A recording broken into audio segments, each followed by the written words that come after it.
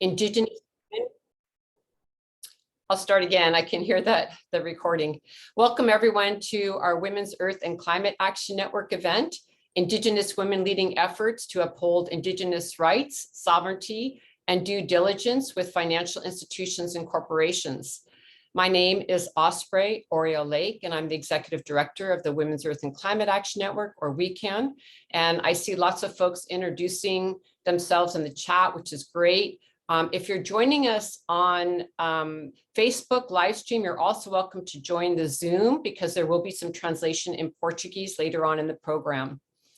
WECAN is hosting this event as a formal side event at the UN Permanent Forum on Indigenous Issues to hear from Indigenous women and allies standing up for communities and climate and saying no to financial institutions and governments and their ongoing extraction of fossil fuels and deforestation of incredibly important biodiverse regions. We felt it was really vital to be in this space speaking on these topics, given the theme of this year's forum, which is Indigenous Peoples, Business, Autonomy, and Human Rights Principles of Due Diligence, including Free, Prior, and Informed Consent, or FPIC. We're super honored to be here and to participate and to advocate. I'll give some opening comments, and then I'm going to introduce our esteemed panelists who will give their presentations, and then we're going to have some time for questions. So let's go ahead and get started, and please keep continuing to introduce yourselves. We're really excited to have you all here with us. So from the front lines of extractive projects, the boardrooms of financial institutions, to the halls of governments, Indigenous women are leading efforts to uphold Indigenous rights and sovereignty. We're here today to address how financial institutions and corporations perpetuate human and Indigenous rights violations in relation to extractive and other industries, and the necessary steps these institutions must take to stop these egregious activities. And instead, we want them to implement FPIC, Indigenous rights and due diligence, while also investing instead in solutions within a climate justice framework centering on traditional ecological knowledge. We're saying Indigenous rights are a solution. And given the severity of the climate crisis and existential threat to all of humanity, it's important to highlight that 80% of biodiversity remaining on Earth is Indigenous lands and territories. So respecting Indigenous knowledge, ways of life, and free prior informed consent, and the right to say no to continued extraction is consequently really paramount to this discussion. Many groups are organizing for strategic campaigns to call for divestment, to stop pipelines, stop fossil fuel infrastructure and extraction at the source, and to stop supply chains that lead to deforestation. And at WECAN, we've been really honored to work on divestment campaigns with many of the speakers on this panel, and also to co-direct the Indigenous Women's Divestment Delegations with Michelle Cook, who I'll be introducing in a moment. One of the goals of the delegations is to provide a platform for Indigenous women leaders to meet face-to-face with representatives of banks, insurance companies, and asset managers to expose injustices and directly share with these entities exactly how their fossil fuel and deforestation financing violates human and Indigenous rights while also driving climate disruption. We found that it's not only an effective strategy for gaining advocacy results, but also a vital and powerful process for women as they reclaim spaces to seek justice and speak truth to power. I'm really glad to say that these delegations have borne critical results in divestments, education, policy changes, and investigations, including institutions removing hundreds of millions of dollars off the table. The key takeaway here is that we need to urgently stop the flow of money to the fossil fuel industry and companies engaged in deforestation commodities, and instead have financial institutions invest in renewable, regenerative energy and community-led solutions and respect Indigenous rights. So to support the framing of this conversation, we want to start with a short video that shows one aspect of this work. It has many different areas and arenas, but we thought this would also be a powerful way to introduce you to some of the struggle that continues on. And with that, please go ahead and show our video. Thank you.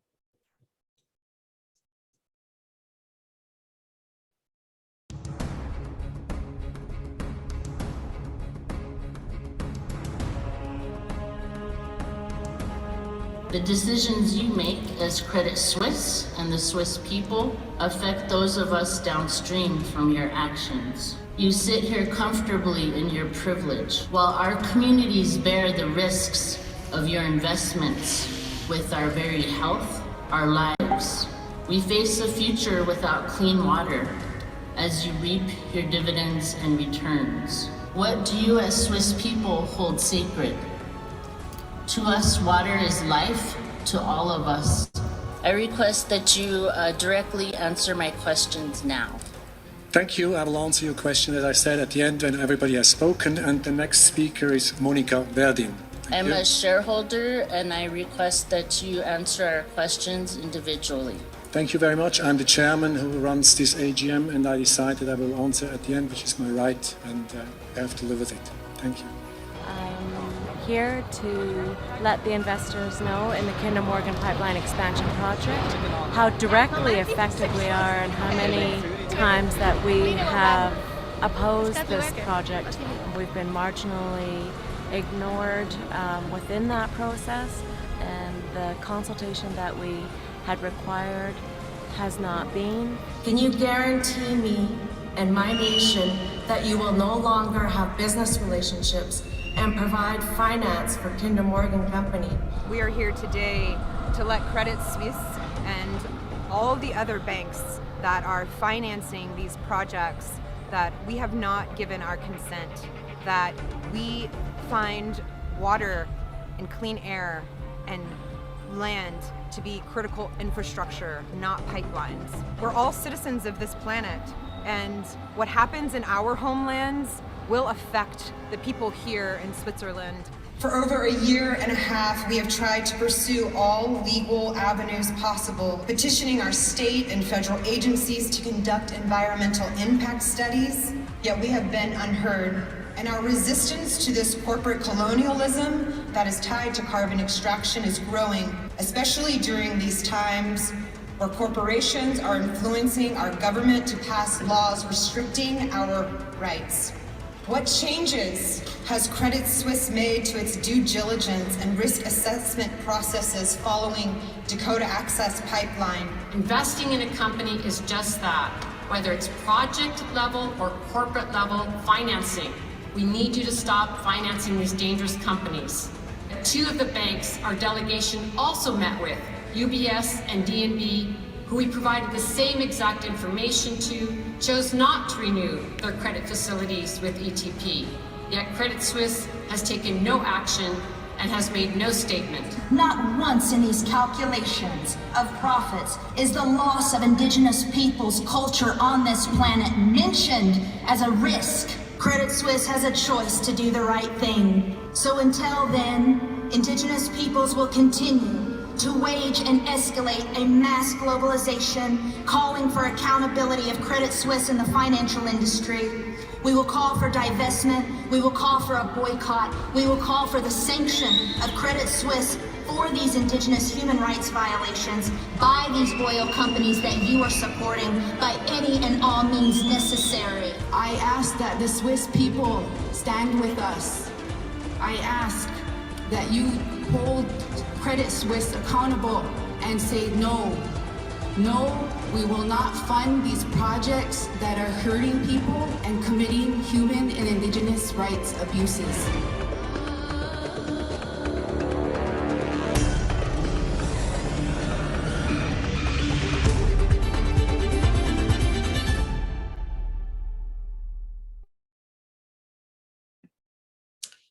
So the work continues.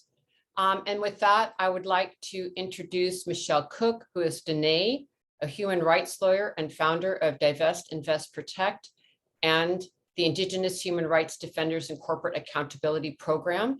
and she is working together with Summer Blaze Aubrey, who's going to speak right after her. They work together.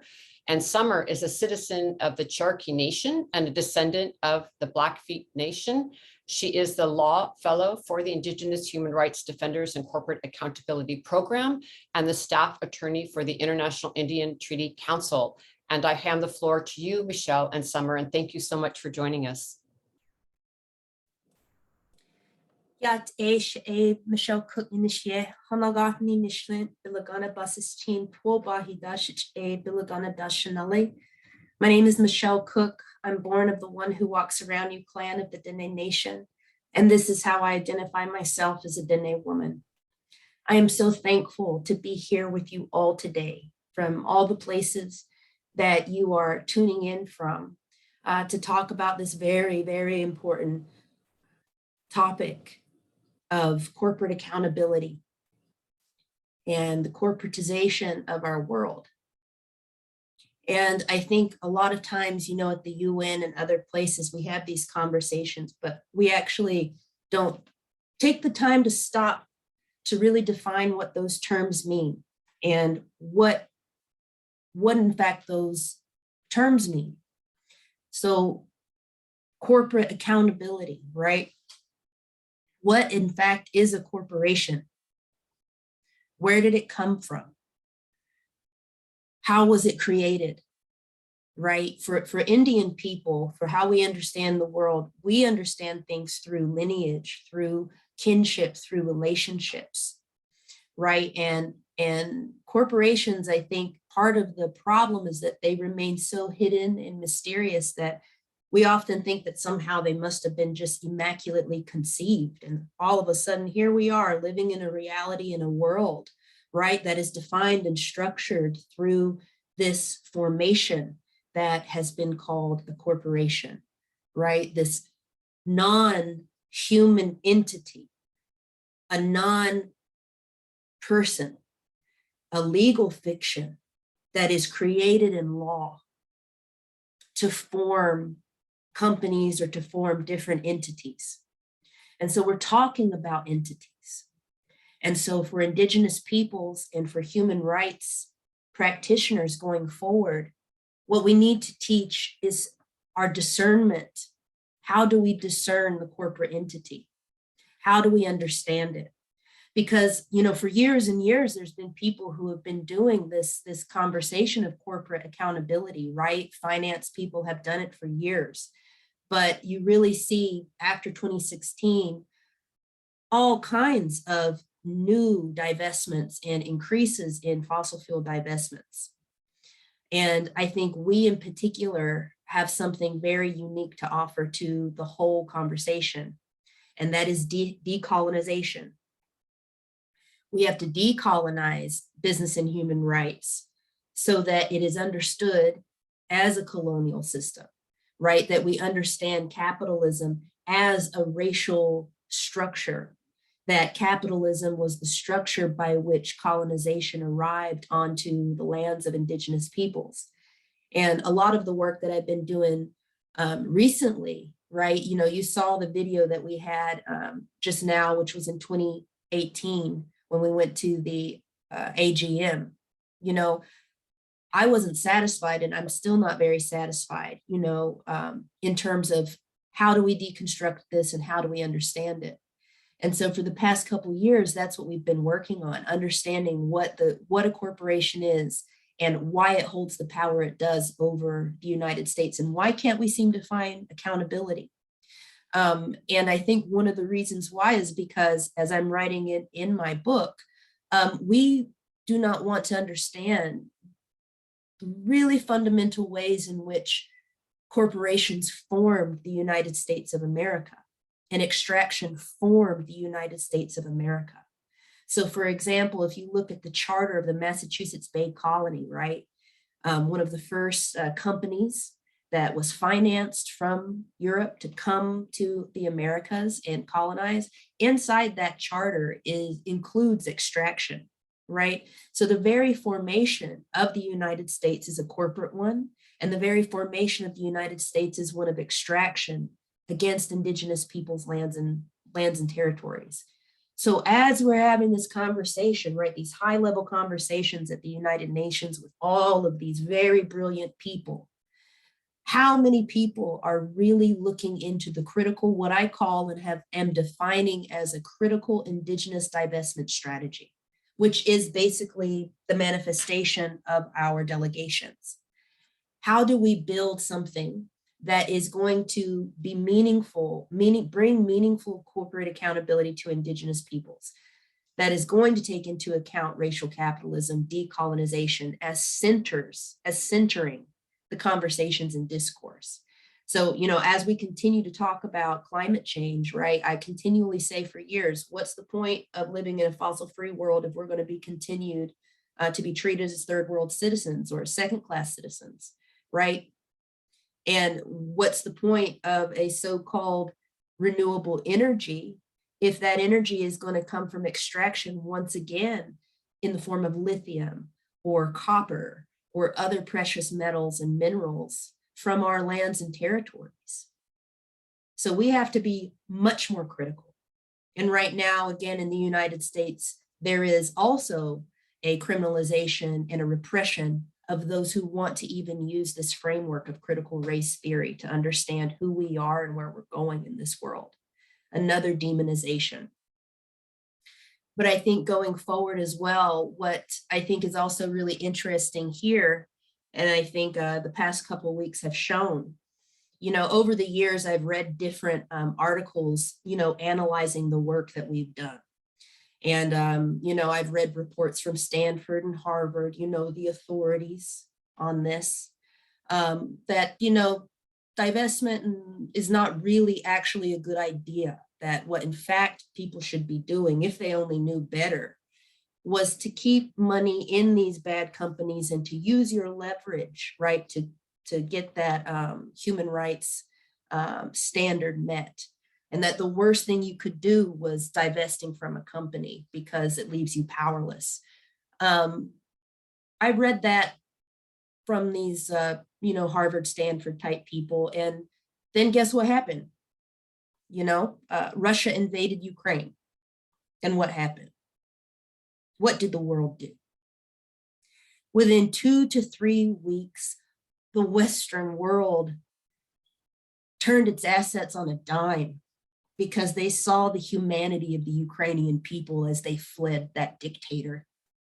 They saw the humanity of the Ukrainian people and they said, we're not going to put our money and our investments into an oligarch or into a nation state that would do something like this. And there was no excuses. The money was taken out on a dime. So that's where racial capitalism comes in. What is so different about the faces of the Ukrainian people as they flee than the faces of those who are fleeing terror on our southern medicine line or on our border from economic neoliberal policies of the South that have dispossessed them of their land for multinationals? Where is the sympathy for them financially? That's racial capitalism. That's racism. That's how international law creates the exception, right? Oh, international law is being violated. We have to have sanctions. We have to move our money out because international law. Well, where is international law when it comes to protecting our people? Where is the UN when our people are being driven out? Because I tell you what, every single day in the Indigenous world, every single day right here in the United States of America, we fight Putins. Putins run around here and they do whatever they want to Indigenous peoples. And they get away with it. They repress people, they put slap suits on people, they make laws now to criminalize, divest, sanction, and boycott. They criminalize even the critical race theory that we use to understand our world. That's what's happening. That's the exception. That's how we get treated here in the United States of America. And it's how we've been treated for generations. For generations and generations, when the first corporations and companies came here and acted with impunity to take golden resources, it's the same that is happening now. We are in this colonial samsara, and we have to break this cycle. We have to break the cycle. And part of breaking the cycle is breaking the power that the corporate form has over us. That means deconstructing it, demystifying it, opening it up, taking it apart, looking at all of its parts. Because how can this legal fiction that hasn't even existed for 500 some odd years come to take over the original jurisdiction, the original power of the true title holders of these lands? The true title holders of these lands are Indigenous peoples. They, if there ever was a king and a queen, it would be Indigenous peoples. They are the ones who are the title holders. They are the sovereigns. And it's only through the corporate invasion that their sovereignty, that their self-determination, that their power has been violently and forcefully removed. So we're still very much living in the Indian wars today, except they've just shifted to become corporate. And we need critical racial analysis to be coming from the United Nations and from a lot of other groups that are doing this work. And not to just simply adopt, right, that the corporate form. Because to me, the future is decolonization. The future isn't that Native people become banks or that Native people become corporations. Is that what folks want? Is that our destiny? Is that who we were born to be, is to become corporations? And if you don't be careful and you don't understand corporations, someone's going to sell you a corporate form and call it freedom and liberation. So just be aware of that. And, you know, we've been at this work, you know, for quite some time, and I'm so thankful for it. And I'm so thankful for how much it's grown, you know, and there's some people, maybe some who are listening now, that want to say that the work we're doing is some kind of conspiracy. This work is not a conspiracy. This work is part of a sacred prophecy that was set forth eons ago. And we were born to be here. We were born to come here at this time to slay monsters. That's what we're doing. We're fulfilling a prayer for the world, for nature, with love, with compassion, with courage. We have no other weapon but that, the truth. And for some, that is so terrifying to them. But Indigenous peoples and Indigenous women, we're not going to give up fighting these corporations. We're not going to give up on the truth or our future, and we're not going to be intimidated, shamed, or made afraid for defending who we are and defending the future. So I'm thankful for groups like We Can, who continue to do this work. I'm thankful for all of you all who continue to fund, to help, to support women and Indigenous peoples who are in this battle for their life, for all of our lives, for the future of our planet. So continue to help each other, continue to come together. And this problem is very deep. And I think that's what we need to talk about more. And my colleague Summer, she's going to talk a little bit more about this issue and how it also intersects more deeply with the rights of women, and how historic that is. And again, if anybody needs to talk to me later, please get in contact with Osprey, and we can have more discussions in the future. But thank you again so much. I appreciate you. Thank you so much, Michelle, for your really incredible comments. Really appreciate it. And I hand the floor now to Summer. Thank you very, very much, Michelle. Summer? Thank you, Osprey. And thank you, Michelle. Thank you all for being here. I'm honored to be in this space. And I think that what Michelle has just said is extremely powerful, right? Is that Indigenous peoples are still engaging in the Indian Wars. They haven't ended, they've only evolved, and we are still fighting. And that's why notions like free, prior, informed consent are so critically important, by ensuring that corporations and the like that are supporting extractive industry divest from extractive industry and ensure that free, prior, informed consent is upheld by Indigenous peoples is extremely important. And as you all may know, free, prior, informed consent is in the UN Declaration in Articles 10, 11, 19, and 29. And so it's extremely important to ensure that Indigenous peoples are not being forced from their lands, are not, their culture is not being destroyed by these industries. And it is an ongoing process.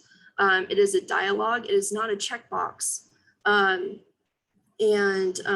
Although many believe that countries are upholding the rights of Indigenous peoples, that is simply not true.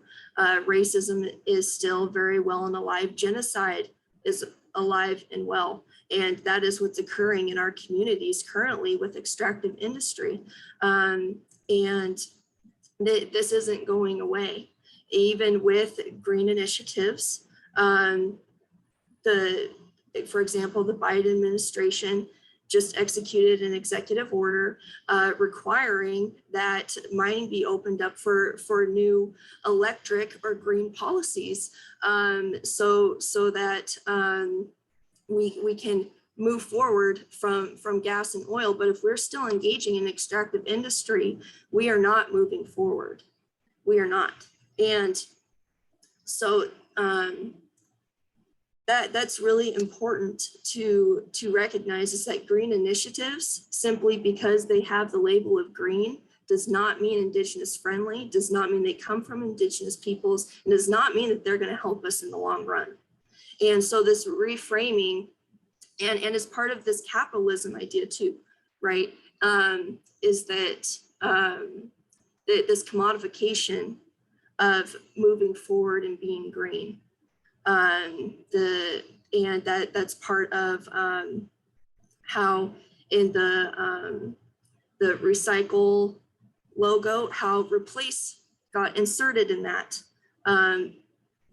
Because it's capitalism, it's consumerism. It is not helpful to replace things all the time. And it got added to encourage that consumerism and that capitalism.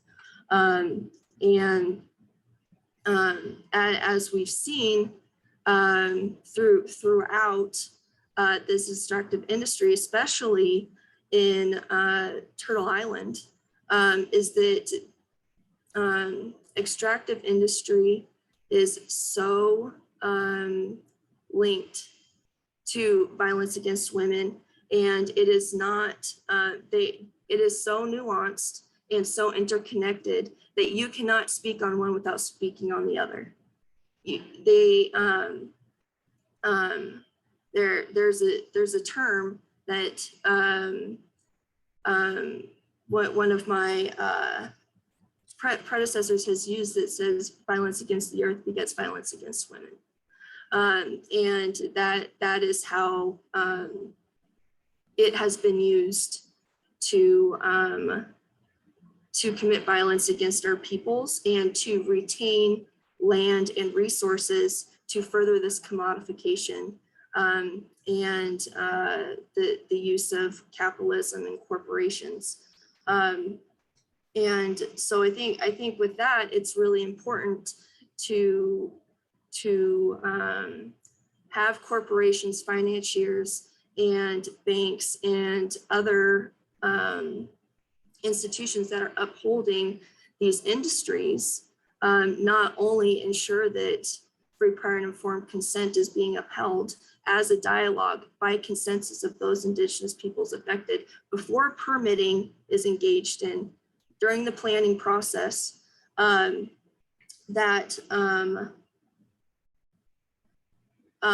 Also the due diligence to ensure that free, prior, and informed consent is engaged in is a similar process, right? It is not a checkbox. It is not paperwork to be done just to fill up clock hours to ensure that someone gets paid. It is a dialogue. It is an ongoing process, and it is part of the free, prior, and informed consent process. Due diligence is absolutely in order to ensure that free, prior, and informed consent is upheld throughout the entirety of a project. That due diligence needs to also happen continuously throughout that project. And as we encourage divestment, as we encourage moving away from extractive industry, Indigenous peoples are providing the answers.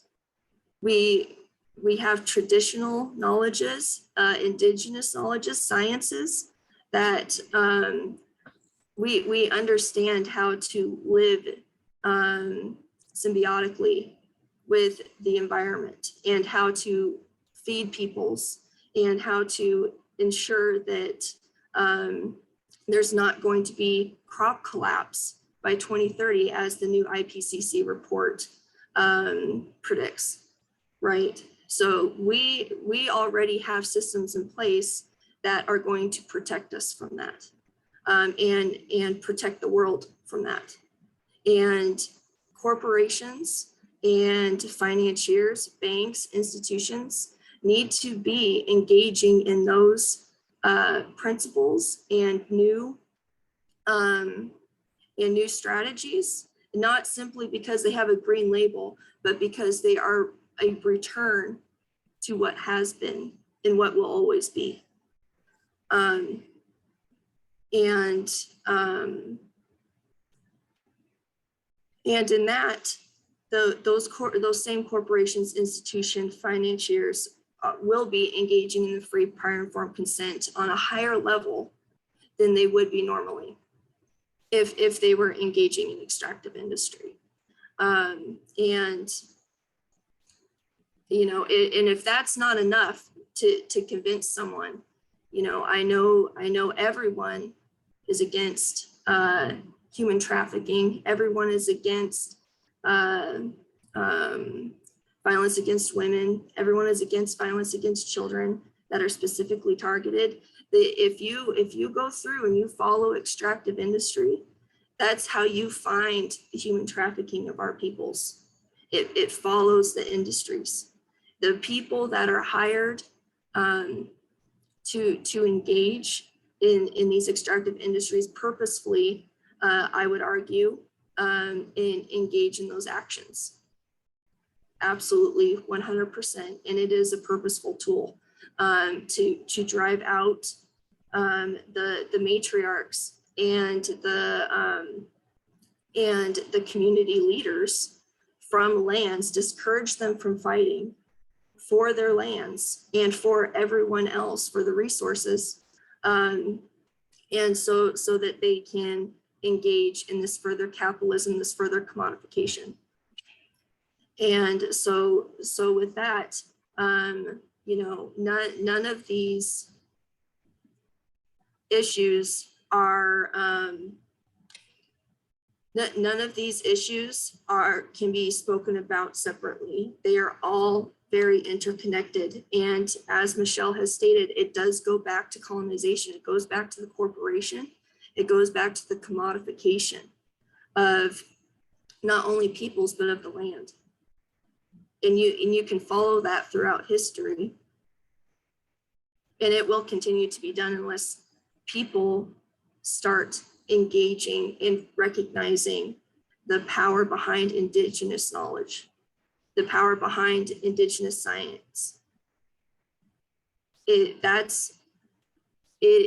Our very lives and the future of the planet depend on it. And there will be a time if we do not as a collective in the world start engaging and returning to these knowledges, there will be a time that certain peoples are so food insecure, do not have water, that they will perish. And that's the reality that we're up against. And that is why free, prior, and informed consent and decolonizing notions of greening policies are so important. You cannot have green if you're still engaging in extraction, whether it's for batteries or something else. So with that, I'm going to end. I feel like I've been speaking for quite a while, but I just want to thank you all again for including me. Thank you. Thank you so much, Summer, for your comments and the research that you're doing. And again, Michelle, thank you for your powerful opening statement. We're really honored to have you both here. And just one thing I want to say before we hand the floor over to our next speaker is that, you know, this colonized patriarchal system has been going on for a long time, which has produced the effects that both you, Summer, and Michelle have pointed out.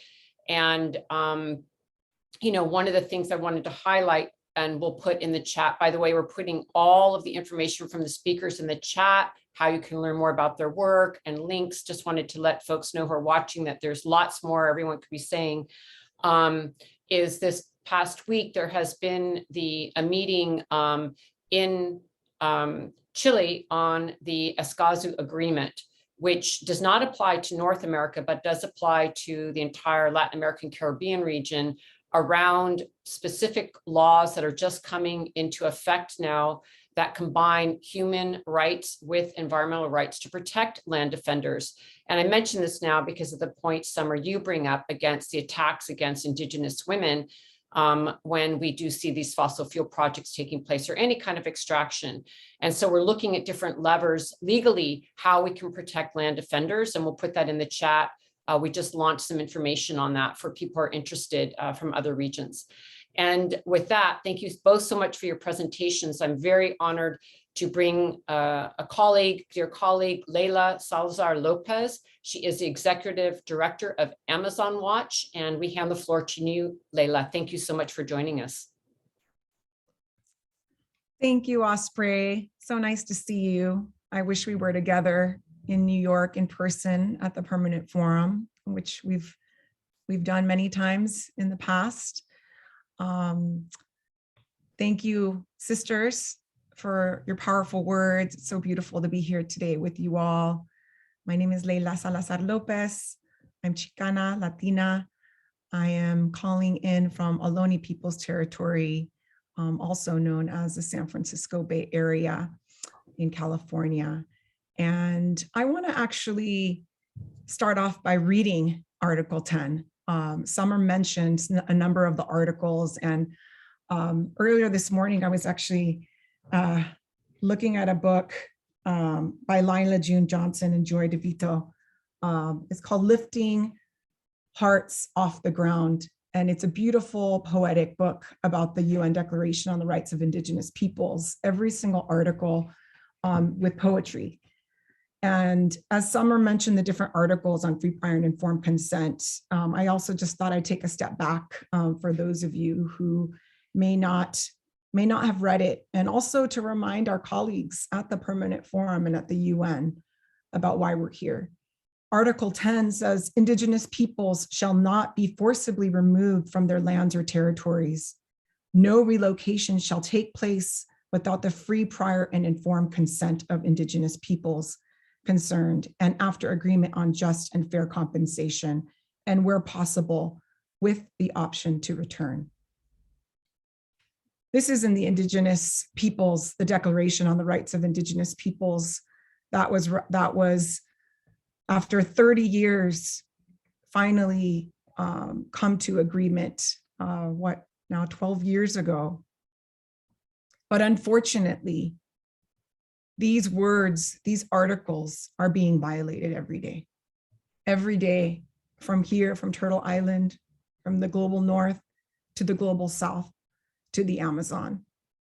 all around the world, the rights of indigenous peoples, the rights of nature are being violated.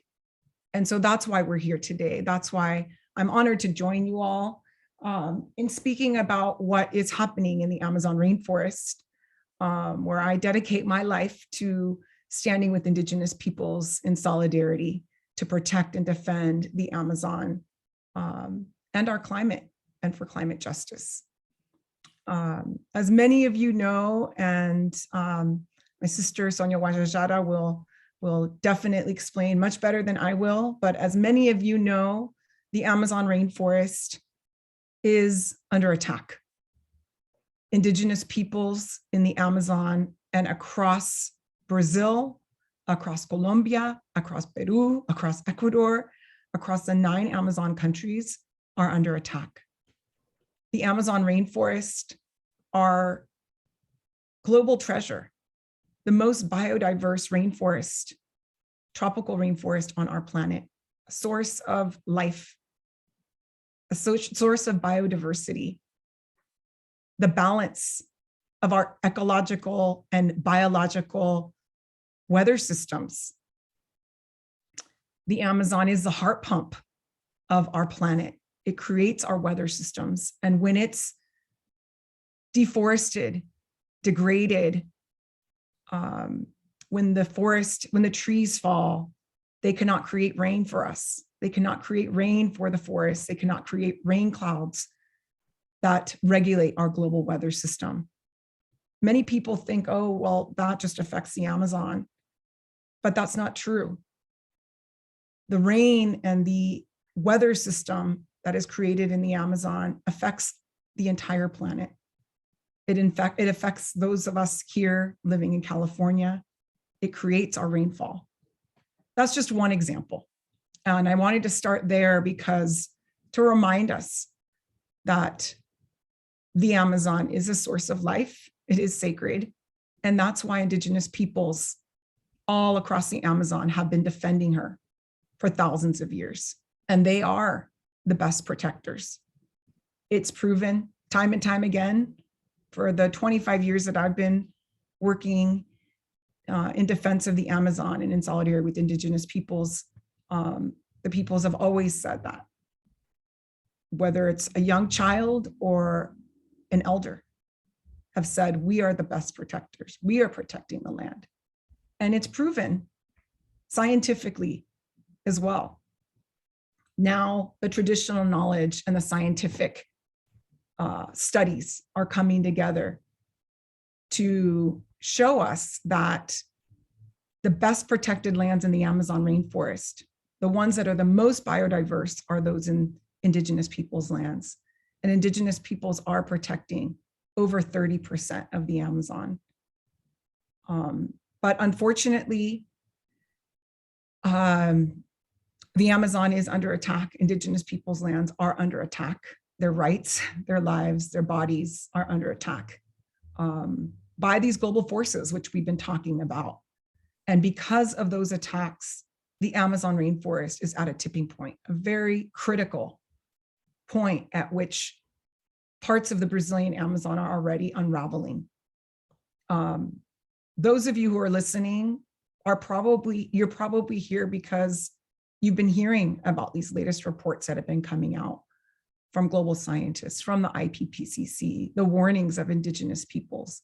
And indigenous peoples have called upon us, indigenous peoples across the Amazon have called upon us to show our solidarity in this declaration of a state of emergency in the Amazon.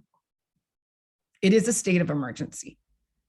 And we saw that indigenous peoples in Brazil, thousands came together just a few weeks ago to declare the state of emergency and mobilize.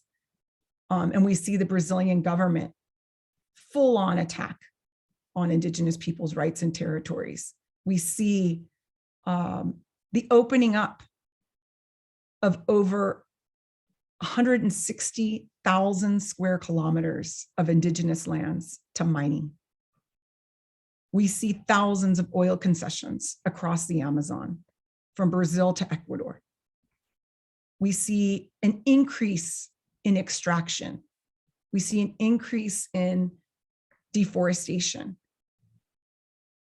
And all the while, the governments of the Amazon making climate commitments. We see lots of fancy announcements and many global commitments made at the COPs and the climate COPs and the UN assemblies. But in reality, not only in Brazil, but across the Amazon rainforest is being developed and desecrated for short-term profit. Who's responsible for this? Who's responsible for this? The governments, yes, the governments are complicit. The corporations are complicit. The corporations from the agribusiness industries to the mining and the fossil fuel industries, to the mega dam companies, to the road construction and the which encourages and incentivizes expanded colonization into the Amazon rainforest, into indigenous peoples' lands. And we also, who else is complicit? The financial actors, the investors. These investors, these banks are completely complicit in the destruction of the Amazon rainforest and the attacks on indigenous people's rights. And many of you know that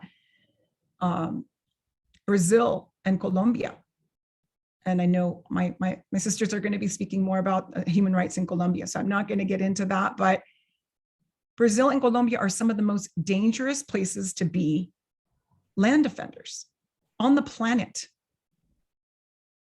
And we're talking about men, women, elders, children who are defending land for our future, for their future, and for all of our future. And so we have at Amazon Watch, we work in solidarity with indigenous peoples in defense of rights and territories. And we also work on international advocacy and pressure on these financial actors, on these corporations, on these governments, these corporations, and these financial actors. And I just wanted to mention that today is the Citibank AGM, the annual general meeting of Citibank. And this company has been claiming that it's a climate leader, but all the while still investing in the attacks on the Amazon and indigenous peoples. We are calling on Citibank and JP Morgan Chase. JP Morgan Chase actually is the largest financier of fossil fuels around the world. And we're calling on these companies, Citibank and JP Morgan Chase and BlackRock and Vanguard, these asset managers that before they used to hide behind being asset managers and not having a public face. But together, all of us together, I mean, everyone here, we can, and the BlackRock's Big Problem and Rainforest Action Network and STAND and many of our allies, together with indigenous peoples, we've been mobilizing to call out BlackRock, to call out Vanguard, to call out Citibank and JP Morgan Chase and all these banks that are financing destruction. And so today, we are calling out Citibank on the day of their AGM, and we're saying we need Citibank to support an Amazon exclusion. That basically means don't finance fossil fuel projects in the Amazon. Don't support the Ecuadorian government when they are expanding fossil fuel extraction into the Yasuni National Park. Just don't do it. We're saying exit oil and gas now. And I'll put the link to our petition and organizational endorsement if you can sign on to this. We're calling for an end to Amazon crude because I'm going to go back to California and say the majority of the oil from the Amazon rainforest is coming to California, over 60% of it. So we're also complicit. Sorry to be a downer there, but we are also complicit in the destruction of the Amazon we need to call on our state government. We need to call on the state of California to stop expansion and extraction from California to the Amazon. We stand with our colleagues and our allies in the frontline communities here in California, all the way to the Amazon, to say no more extraction. You cannot be a climate leader if you keep investing and you keep receiving oil from the Amazon and you keep expanding extraction in California and in the Amazon. So we're also calling on California. I don't know how many minutes I have left, but okay, I'm good. I just wanted to just end by, and this might be a good transition into Sonia, but you know, I keep talking about complicity and destruction, and part of the reason why is because we've been working together for many years on this report called Complicity and Destruction. And this year, together with UPHIB, we released this report and we exposed the mining industry and the plans for mining, both legal and illegal, across Brazil. And so when we talk about extraction, we're talking about fossil fuel, we're also talking about mining. Any kind of this extraction is causing the destruction. And so join us in our calls to hold those that are complicit in this destruction of the Amazon and attacks on Indigenous peoples' rights, territories, lives, and bodies. Join us in holding them accountable. Thank you. Thank you. Thank you so much, Leila, for those important words and also the incredible work that you're doing at Amazon Watch. And again, please check the links for all the different campaigns that Leila mentioned. And also we put a link to the report from UPHIB and Amazon Watch so that everyone can have that and look at that. You know, and I think it's really important when we're having these conversations. One of the things that women are bringing to the table, which I think is so important, is a full spectrum, emotionally, mentally, physically, spiritually, legally, every aspect of ourselves to this fight, which I think is really important. And I wanted to just follow up on one comment before I bring Sonia on, which is that tomorrow in a collaboration with Amazon Watch, Friends of the Earth, and several other organizations, we are putting together a press conference directed at BlackRock during this time of the UN Permanent Forum on Indigenous Issues to highlight all of these matters of the complicity of BlackRock in. They have their fingers in everything. And we're really honored that Casey Camp-Hornick, who's going to be speaking in a few moments, is also going to be at that press conference, because almost every land that we work in to support Indigenous peoples in protecting their territories and lands from extraction, BlackRock is engaged in that, in financing those destructive activities. And they do not have an Indigenous rights policy. And that has got to change for all the reasons that you've been hearing. So we've put that into the chat for that important press conference tomorrow. And with that, I'm very, very honored to bring into the conversation Sonia Guajajara of the Guajajara people. She is the executive coordinator for the Articulation of Indigenous Peoples of Brazil, UPHIB, based, of course, in Brazil. She's one of the most incredible leaders in Brazil and fighting for her people, for all Indigenous peoples, and for the Amazon. And we're so honored to have her. And just as a friendly reminder, since we are on Zoom and she'll be speaking in Portuguese, to please click on the bottom screen where the little globe is and select the language of choice that you want to hear what she's saying. The floor is yours, Sonia. Thank you.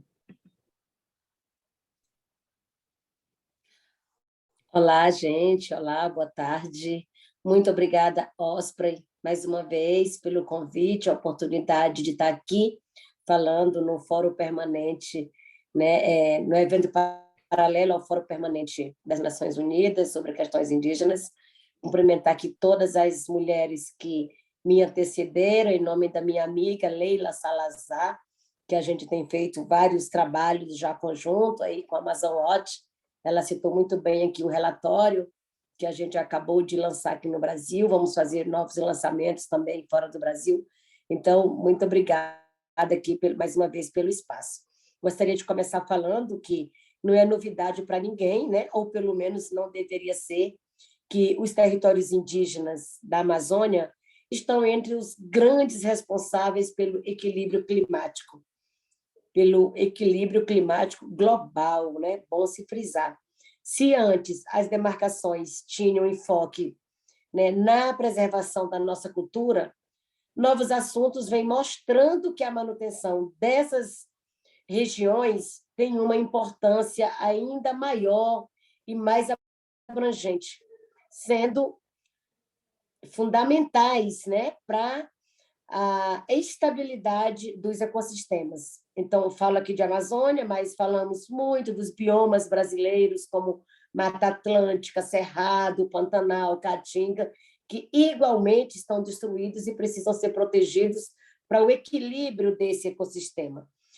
Os territórios indígenas da Amazônia perpassam 9 países latino-americanos e estão entre as principais, os principais armazenadores de carbono do mundo. Ou seja, quando nossas terras indígenas são afetadas por desmatamento ou queimadas, são liberadas na atmosfera grandes quantidades de carbono, provocando alterações climáticas profundas.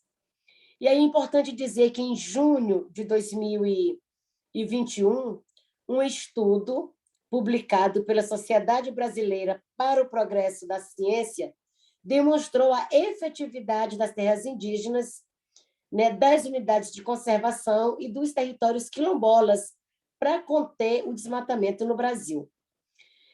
Esse estudo analisou as trajetórias de mudanças de uso da terra durante 33 anos, entre 1985 e 2018, e avaliou o desmatamento nos territórios indígenas nas zonas de amortecimento, em todos os biomas brasileiros.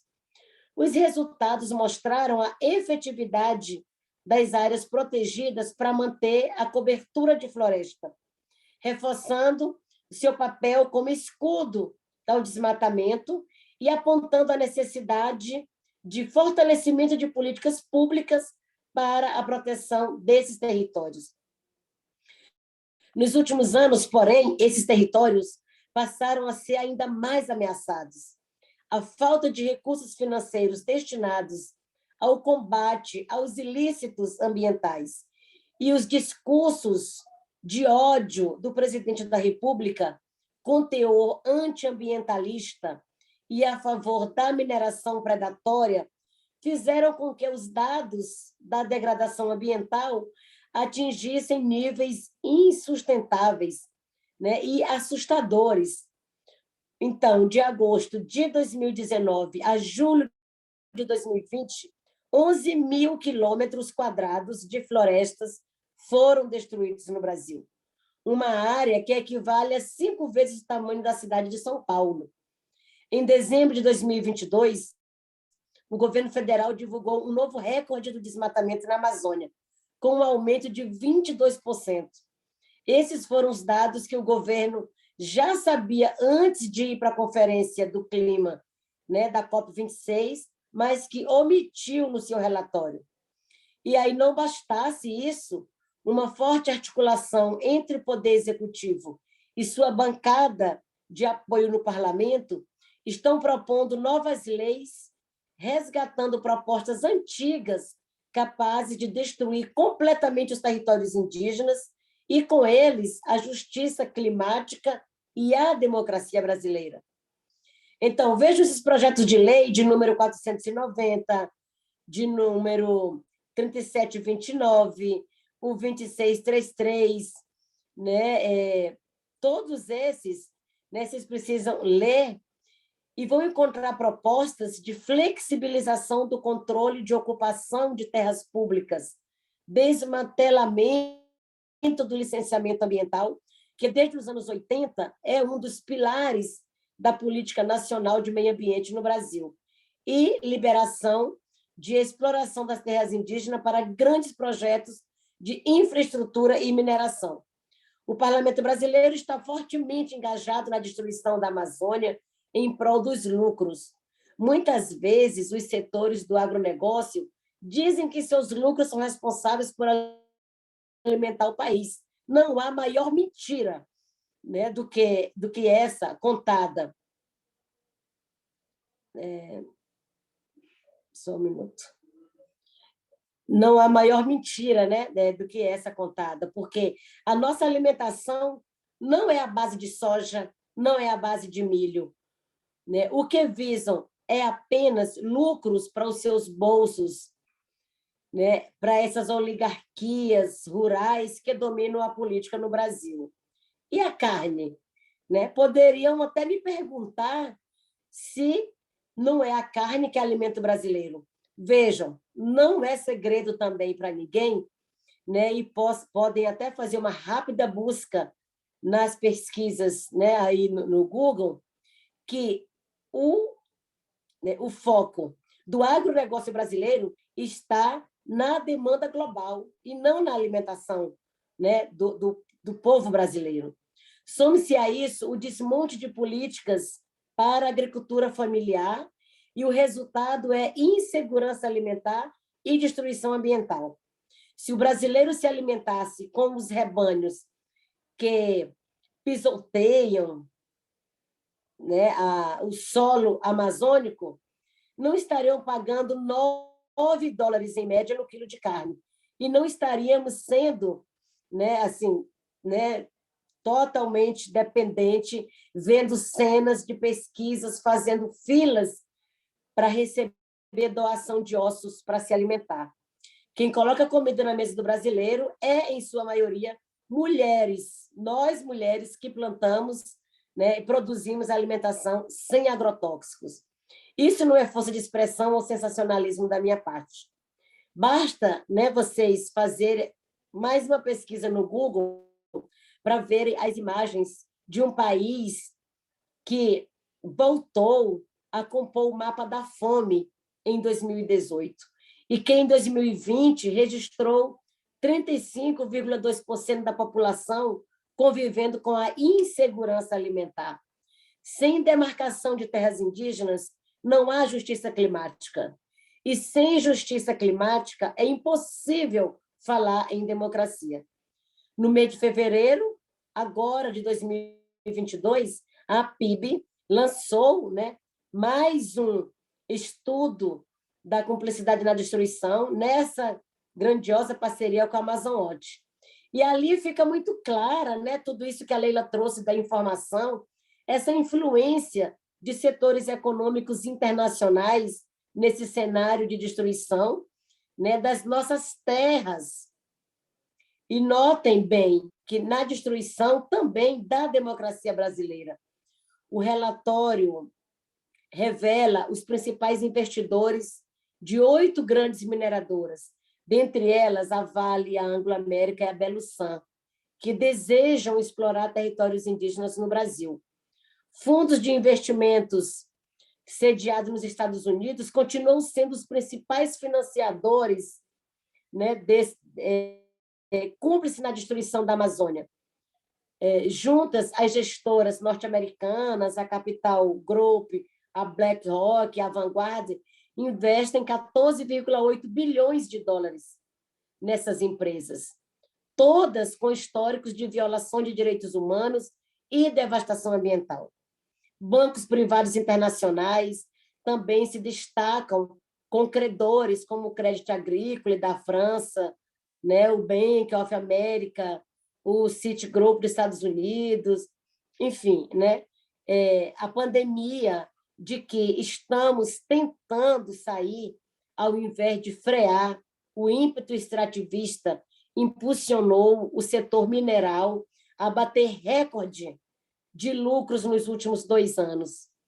Esses bancos, né, e fundos de investimentos ainda consideram que investir em mineração é um bom negócio, pois eles olham apenas para os lucros e ignoram, né, esse extenso histórico de violação de direitos humanos e impactos ambientais provocados por esse setor.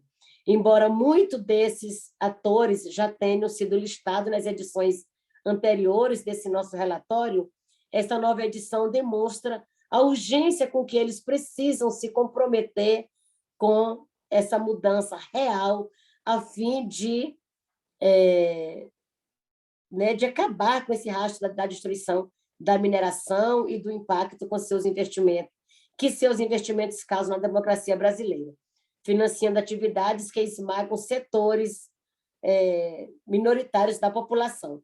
Então, é importante dizer que, por mais que a Anglo-América, por exemplo, que nós falamos, né, diretamente com eles, insistem em dizer que retiraram seus requerimentos da Agência Nacional de Mineração, mas eles continuam pressionando o Congresso Nacional para aprovar o projeto de lei 191, que autoriza a mineração em territórios indígenas. Então, é muito importante essa pressão da sociedade, é muito importante falar em espaços como esse, para que haja uma grande mobilização da sociedade civil, né, exigindo respeito aos direitos humanos e o respeito ao meio ambiente, né, aos direitos ambientais. E nós, mulheres, seguimos nessa linha de frente, na luta, né, contra essa grande destruição. E aí termino dizendo que um dos nossos pajés indígenas falam que o século XXI é das mulheres, e enquanto a humanidade não compreender isso, não dá espaço para que as mulheres assumam e sejam respeitadas nesse lugar de protagonismo, nós vamos continuar convivendo com esses conflitos e com essa destruição. Portanto, é muito importante que esse espaço seja ocupado, protagonizado cada vez mais pelas mulheres que estão na linha de frente com essa compreensão e essa sensibilização de que é preciso essa reconexão urgente com a Mãe Terra para garantir a continuidade da vida no planeta. Muito obrigada.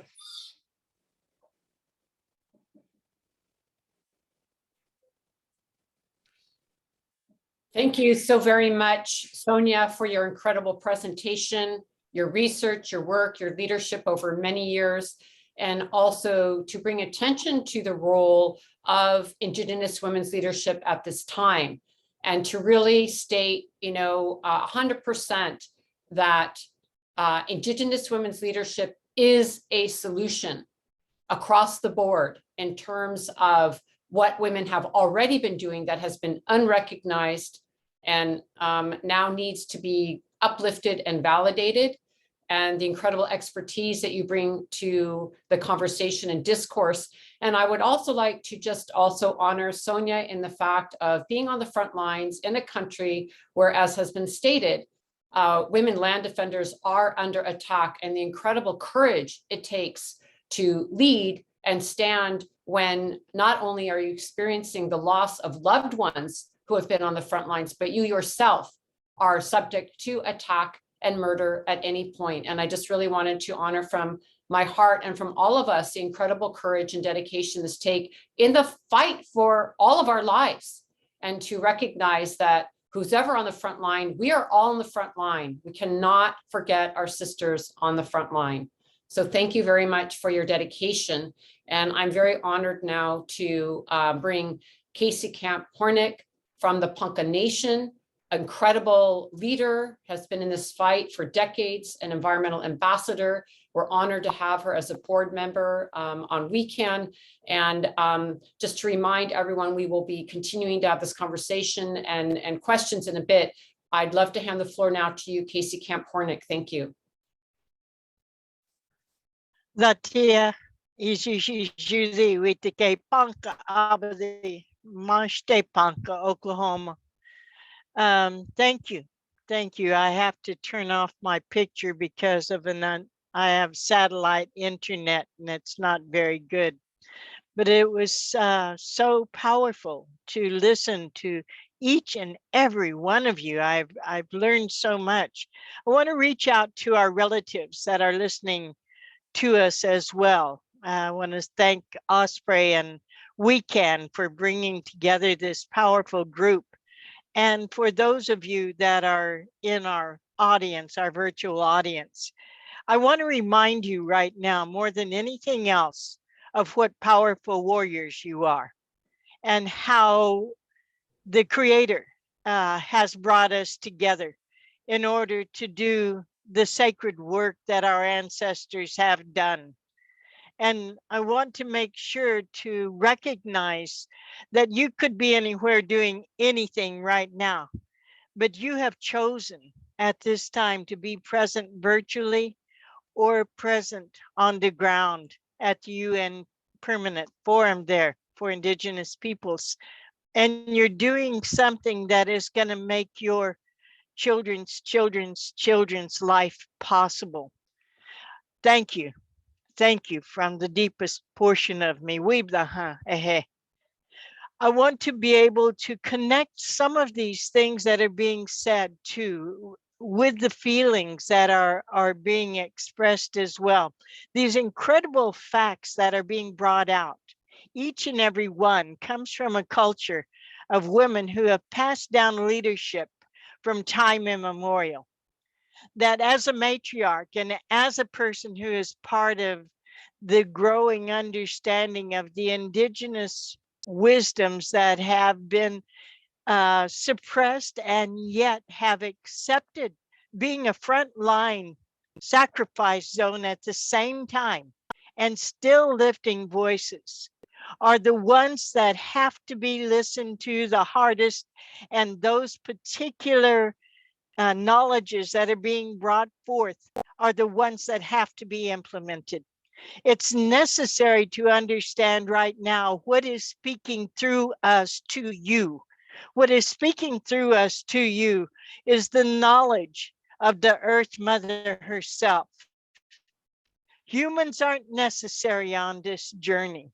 We're simply part of a life cycle. We're simply part of this magnificent creation that the Great Mystery put into place. But within us, as Indigenous women, is the knowledge that the water brings to us when we take a sip of water, and the incredible blessing that it gives us to be a life force as we grow our children in our womb, or as we nurture those around us. What comes through us are those things of the sacred corn and what it wants to do, not bioengineered corn, but the corn seeds that have been passed down through generation. What comes through us is the forest and the mountain and the voices within those, and they exemplify by their strength, by their way of continuing to live, the very sacredness that joins us all together. The words that we express today are the words that are being sent to us through the Thunder Nation, through the fire, the air, and the water that creates this beautiful weather pattern and climate itself. When they talk about resources, in my mind, I try to take that RE off there and to help understand that it means source. It is a source of life. It is not a resource to us.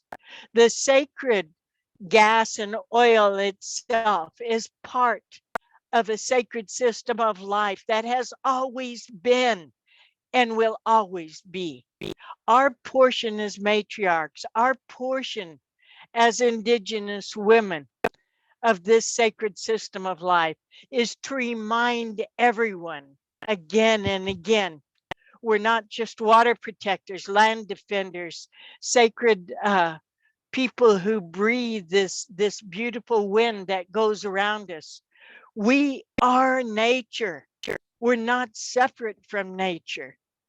And so when they come into our territories and they talk to us about things like carbon trading, we do not buy and sell the air. If you want to create policies around how you believe that we can go forward on this sacred earth that we live in within the sacred Father Sky's grace, then you have to remove those thoughts from your mind and build again what was in the past only in our contemporary society. There are only a few powers that are not transient, and humans are not among them. What will endure is our Mother Earth. What will endure is our Father's Son. What will endure is the sacred rhythms of the Moon Mother. What will endure is the intention of our Mother Earth to protect the most important portions of her life, which includes humans, which includes us. If we eat, if we drink, if we breathe, we're part of that sacred system. And we must come from that with every single thought, every single intention. The dream that happened from the ancestors is you, is your ability to make the change where you are from within yourself by connecting with all that is. And that means each other. That means upholding the rights of Indigenous people through the legal processes of the brains that are put here within your spirit, so that you can utilize those brains to help those other ones out there that are not being spirit-led, that are not listening to Mother Earth. When I hear this thing called climate change, I think of the climate itself as an entity and what it's doing at this time of purification. It's purifying what's going on here. It's had to change. It's had to make a difference in its natural ways so that we might continue to be part of it. So that maybe the deserts are different, maybe the rains come a different way, but the end result is that our Mother Earth will live, that our Father Sky will heal, that the sacred waters of the ocean quit being a trash dump for humans, that the gas and the oil will go into their natural place. That's our prayer. That the forests live, that those trees speak to us in our truest way, and that we have the ears to listen, and that we have the spirit to warrior up and continue to care and make our children proud, the ones way down the line. They're going to look back this day even and say, my people were there. My great grandma was that instrument of change. Sure. Oh, thank you. Thank you so much, Casey Kampornik, for those incredible words that stir me from every limb in my body. And thank you for reminding us what we're fighting for and who we are, and for the sacred systems of life. And we are not here without all those relatives that you mentioned, of the air and the wind and the trees and the plants and the animals and all of our relatives. Thank you for bringing them into this space so we can remember what we're doing here, and for your sacred tears that we share with you.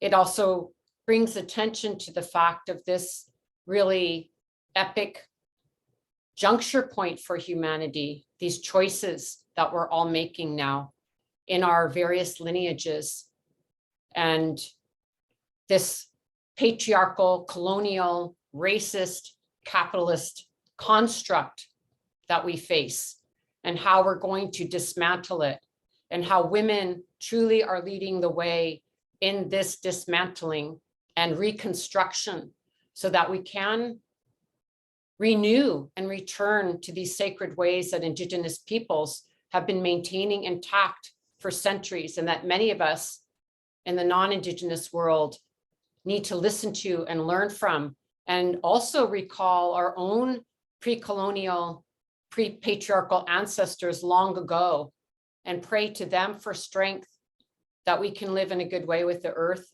once again. And, you know, just to highlight something that the speakers have said, we cannot substitute one form of extraction for another as we go forward. It's about us changing who we are as human beings and how we're living with the earth and with each other in decolonialized, de-racist manners. We cannot continue in this way. And Mother Earth is making that perfectly clear. So everyone can argue what they want in those political spaces, but Mother Earth is going to direct us. And physics is going to direct us. Science is going to direct us. Indigenous knowledge is going to direct us. And, you know, as we stand here, we need to think about these indigenous economic systems and these reciprocal practices of living with the earth. And everyone doesn't need 20 pairs of shoes. We don't need that. And on. We have to live differently. Maybe Casey can have 20 pairs of shoes. Some people might, but no. We all need to live differently. So that's a big part of this transition, is also how we live. We cannot continue to live as we have been. And I think we'll also be a lot happier. So with that, it's very important to me in the time that we have brought with us a special guest who was requested by another dear colleague of all of ours, Xiomara Jingate, who has brought with her a colleague because we brought them into the program at the last minute because of an urgent request. And that's something that's very important to us. Every once in a while, and unfortunately too often, crises come out that are just screaming for attention. And today we have with us Maria Violet Medina Quisque. She's a NASA woman from Colombia who has an urgent message to share with us. She's accompanied by her colleague, as I mentioned, Xiomara Jingate, who has been working closely with her and will be interpreting for her in Spanish and then to English. Again, we didn't have time to prepare for translation on this because of the urgent crisis of bringing them on at the last minute. I hand the floor to both of you to share what is happening in Colombia. You have the floor. Okay, ya. Eucha Mangafinse, muy buenas tardes para todos las hermanas y los hermanos indígenas y no indígenas que nos están escuchando y viendo por este espacio. Me permito presentarme. Mi nombre es María Violet Medina Quisque, indígena del pueblo Nasa, del territorio de Colombia.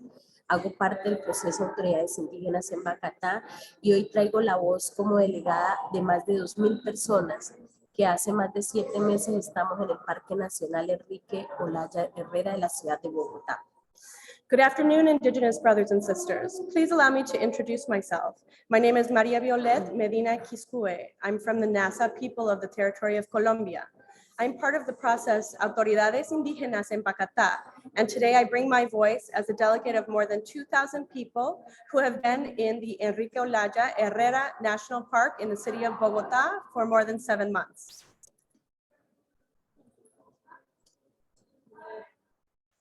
Donde el 60% de la población son niños, niñas, enseguida de las mujeres, de nosotras las mujeres que la mayoría están en estado de gestación, lactancias, después vienen los abuelos, abuelas que hacen parte de 15 pueblos indígenas. In this camp, 60% of the population are boys and girls, followed by pregnant women, nursing mothers, grandfathers, and grandmothers who are part of 15 indigenous groups and communities.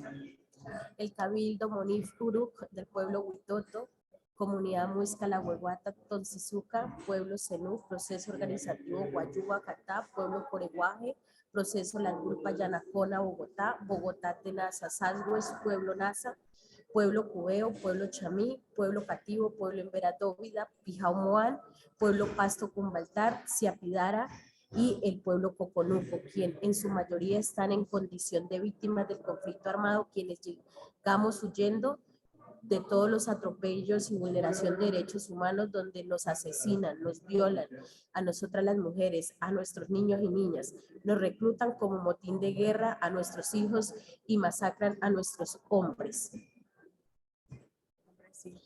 y autoridades fuera de violentar nuestros territorios, la armonía y el equilibrio por temas de extractivismo y de todo lo que ustedes relacionaron antes de mí.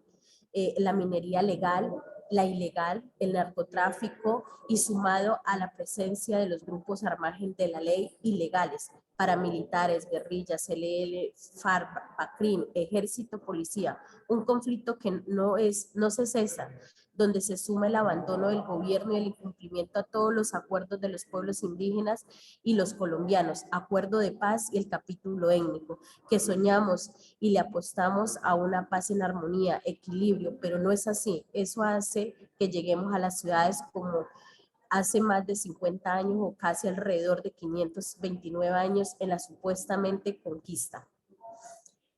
These are people who are victims of the armed conflict.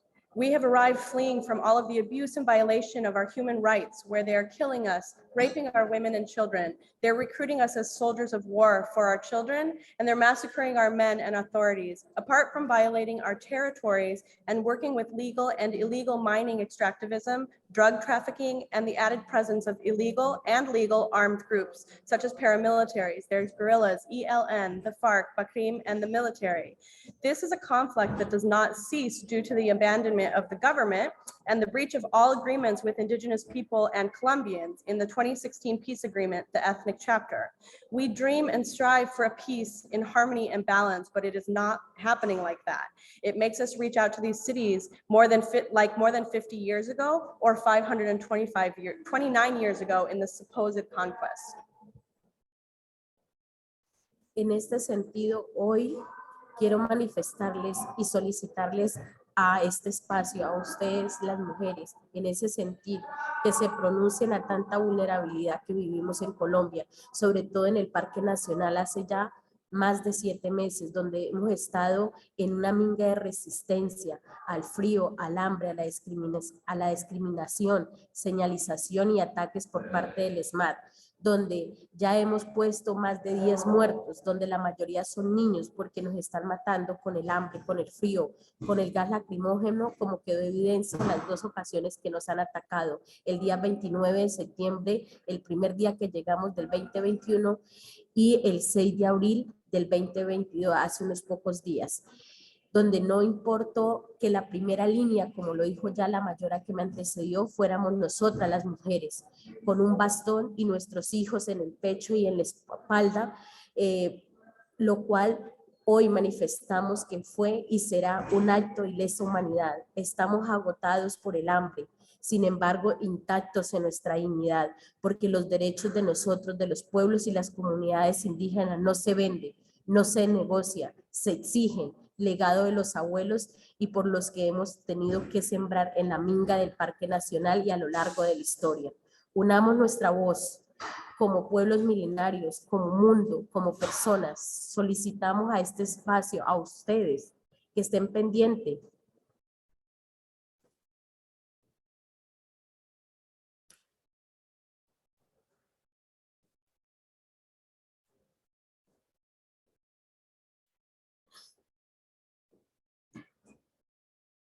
No nos dejen solas ni solos. Porque lo que pase ahí con el ataque del ESMAD puede pasar a la historia como un genocidio por reclamar y exigir nuestros derechos individuales y colectivos, identitarios como pueblos indígenas y como mujeres. Seguiremos en resistencia hasta que el gobierno de Colombia y el distrito de Bogotá aprendan que los derechos de los pueblos indígenas se respetan. Sin embargo, dejamos claro que el diálogo siempre será el camino para buscar salidas estructurales. In this sense today, I want to express and request this space that speaks so much to vulnerability that we are living in Colombia, especially in the national park, where for more than 7 months, we have been in resistance, suffering in the cold, from hunger, from discrimination, from attacks. We have already suffered more than 10 deaths, most of them children, Children's Services has been removing our children from the camps, claiming that we are unfit mothers. They are killing us with the hunger and the cold and the tear gas, as evidenced by 2 occasions where the government sent the militarized police, El ESMAD, on September 29th, 2021, when we arrived, and just 2 weeks ago on April 6th, 2022, where it did not matter that the front line were women with only their sticks and with children on their chest and on their backs. And today we are declaring that this is an act of inhumanity.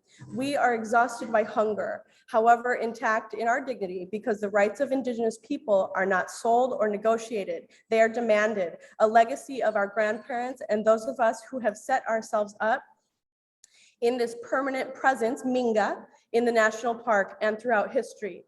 Let us unite our voices as ancient people in the world. We ask that this space please not leave us, because what happened there with the ESMAD, the riot police known for their violence, are attacks that go down in history as a genocide for claiming and demanding our individual, collective, and identity rights.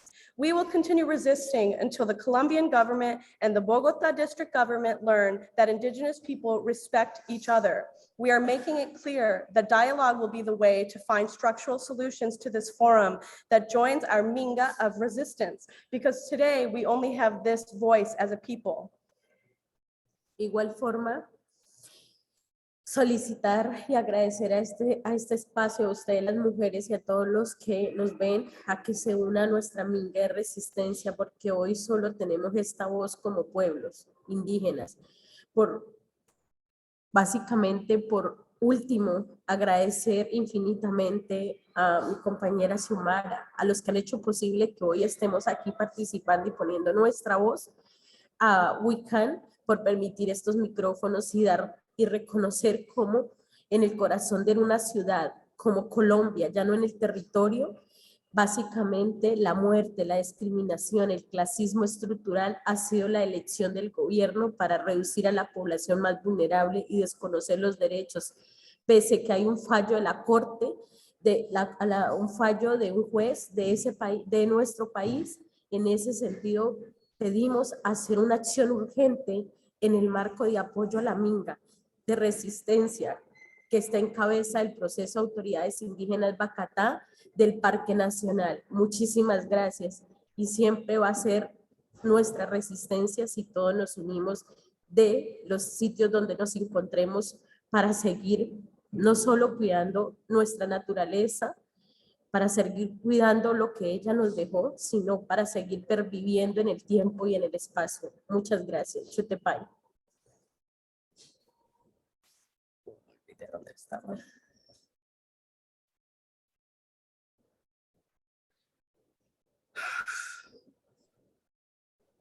We want to thank you so much, we can, for allowing these microphones and making known that in the heart of the city of Bogota, in Colombia, right now is happening death, discrimination, and structural classism, as this has been the choice of the government to reduce the most vulnerable population and to ignore the rights despite rulings of the court in this country. In this sense, we are asking for urgent action in the framework of support for the resistance of the Minga that is at the head of the process, Indigenous authorities in Bacatá, autoridades indígenas en Bacatá. Thank you very much. We would like to do a call to action now. You will see in the chat that several links have been provided in ways to connect with the campaign. Email, and they have it's like a GoFundMe, it's called a Vaki. If you donate, you put that you're other, so you can donate in dollars. We want to do this call to action to follow the link to Real Talk Colombia, where there is, the link that's being shared is a flyer to instruct you how to contact the mayor of Bogota, who has been responsible for sending the ESMAD, the riot police. She has, in international press, said that this violence wouldn't be happening if Indigenous people had stayed on their reservations where they belong, which has ignited this anti-Indigenous rhetoric flowing throughout Colombia against this camp of people. And so it's instructions on how you can tweet to her, how you can write to her, how you can write to the president of Colombia and say, we stand in solidarity with autoridades indígenas en Bacatá.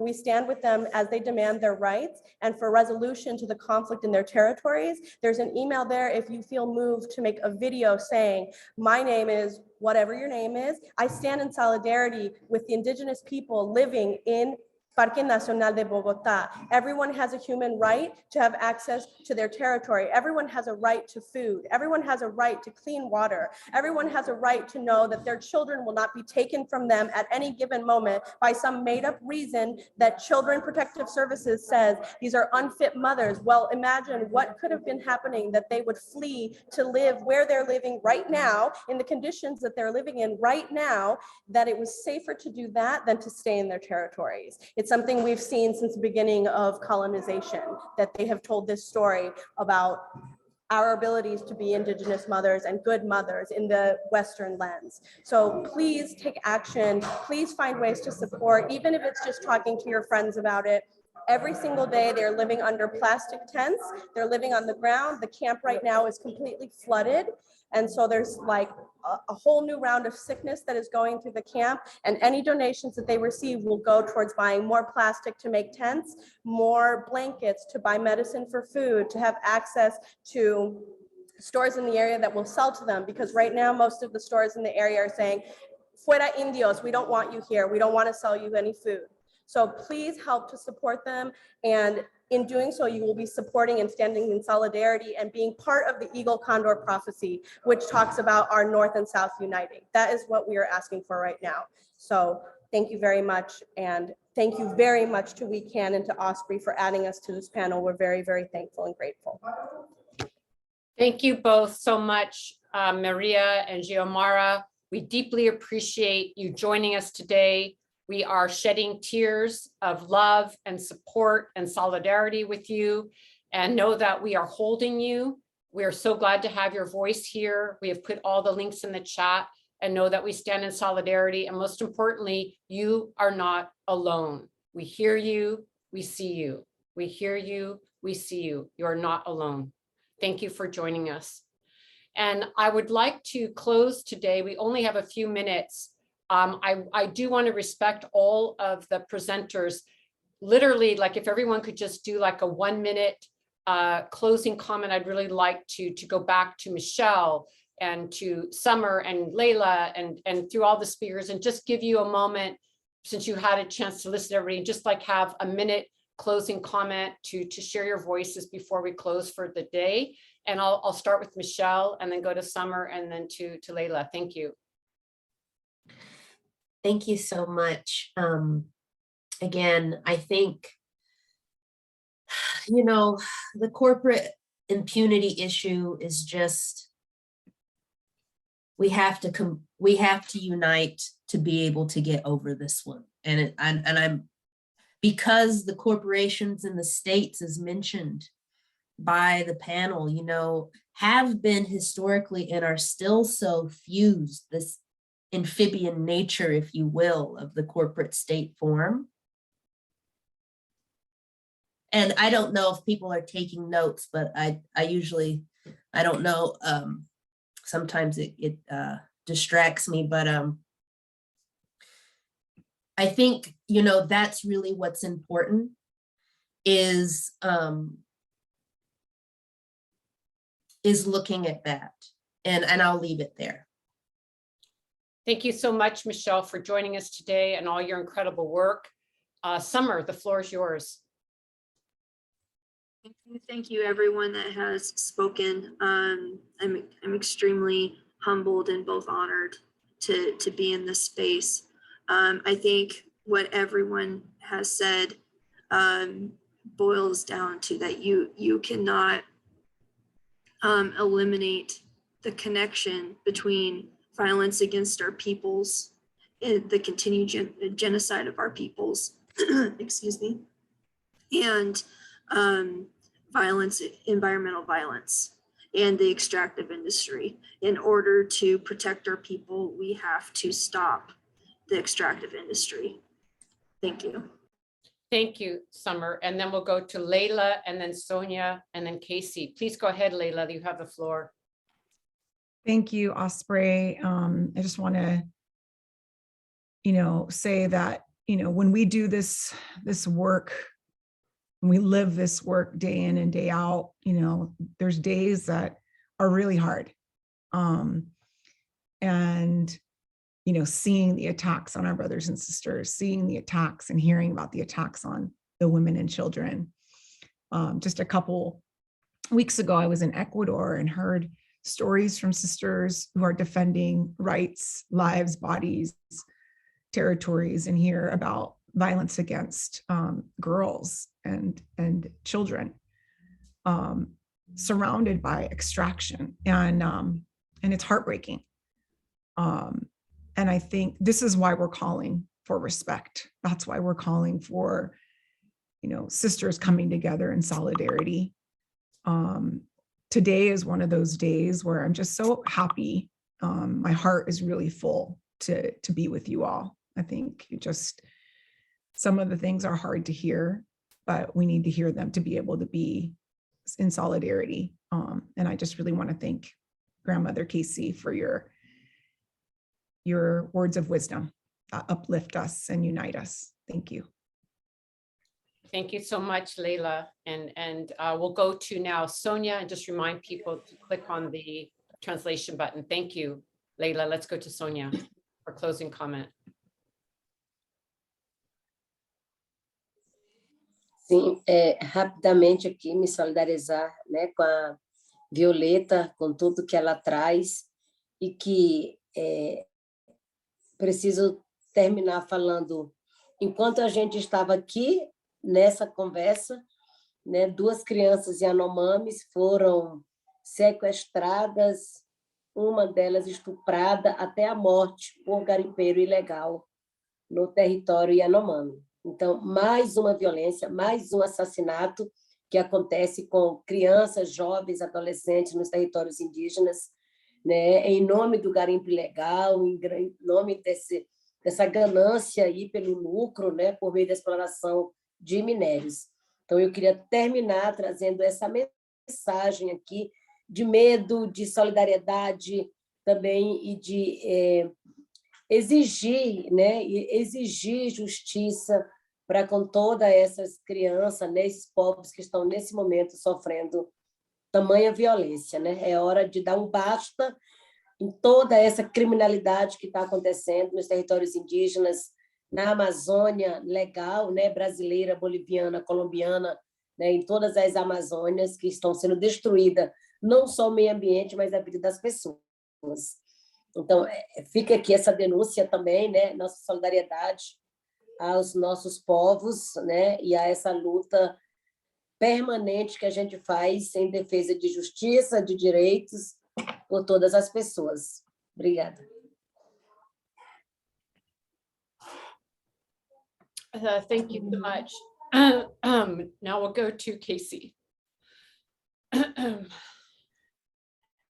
It's a difficult moment to listen to my relatives and know that it's happening everywhere right now.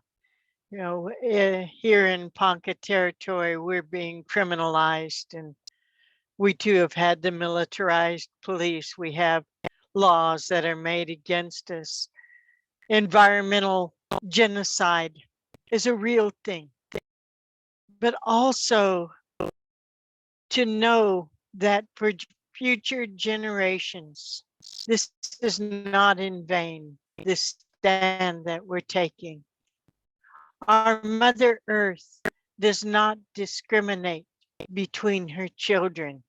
She loves us all, and she is equally protective of all of her children, whether they walk on 2 legs, whether they fly, whether they swim, whether they have their feet in the ground and they're called plants. She wants us to succeed for all life. Maybe they're a stone nation. We don't know the vastness of the life that the Great Mystery has in place, but she does recognize you and the sacrifices that you make, and your dreams and your intentions are being held in prayer by her and with all living things. And we stand with you. each and every one of us together in prayer and in power.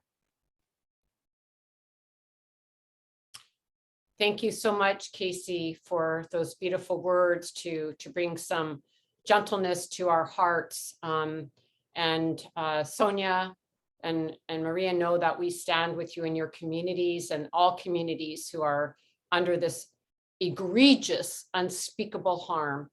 I want to thank all of the speakers today, the presenters, dear loved ones and colleagues and friends. You are my family.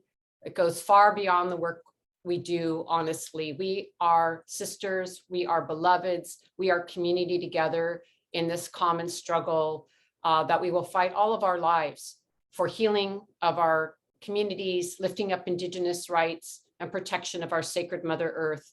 I thank you deeply for taking this time. And I think it would be good to end, we were talking about it a little bit with this video, because it's a good warrior video and it's at the UN, and we thought it would be a really good way to show the powerful work all of you are doing. So with that, we're going to end on this video, and thank you all for joining us. We love you dearly. The fight goes on. We continue, and we'll be sharing this on live stream and sharing the links. Please support every single person here in their organization. We love you. Let's all be on. Can we do, Catherine, where we do everyone showing together, whatever that's called, everyone on the screen together? Yep, we're all in gallery mode. Gallery mode. All right, let's do this, which, yes. All right, everyone, we are together and we will show this video in closing. We love you all. Thank you, everyone. Go ahead with the video. Thank you.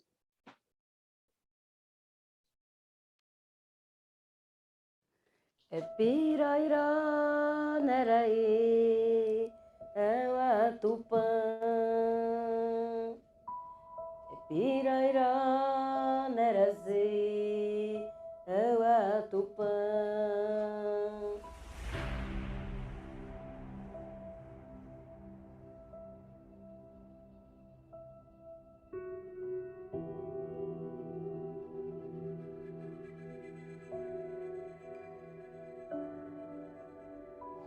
A conjuntura política brasileira é muito grave para toda a população, em especial para nós mulheres.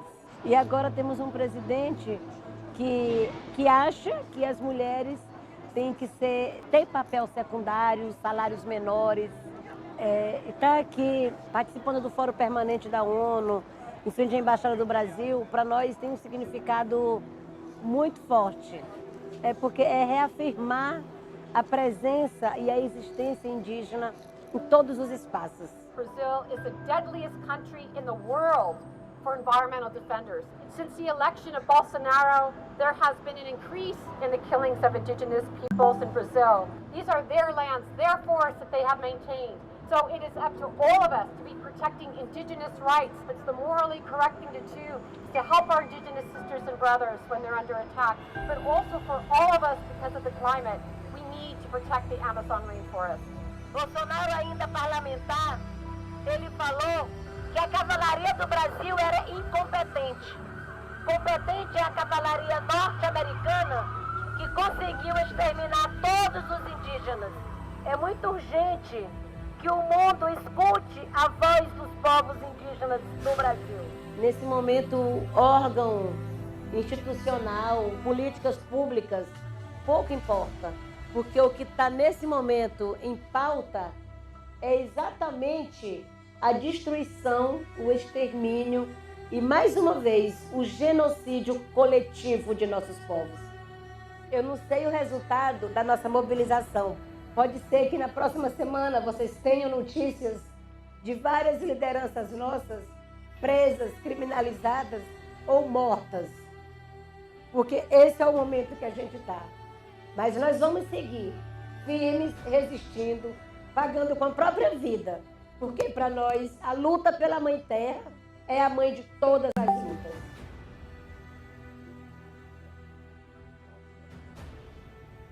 É que são nossos territórios sagrados que garante o ar, a água, né, o clima e que garante a vida no planeta. Nós precisamos urgentemente romper com esse modelo de desenvolvimento que usa de forma predatória a Mãe Terra. Estamos aqui para reafirmar que a luta pela Mãe Terra é a mãe de todas as lutas. Nova York pode até ser o centro do mundo, mas o que garante a vida no planeta é a Amazônia.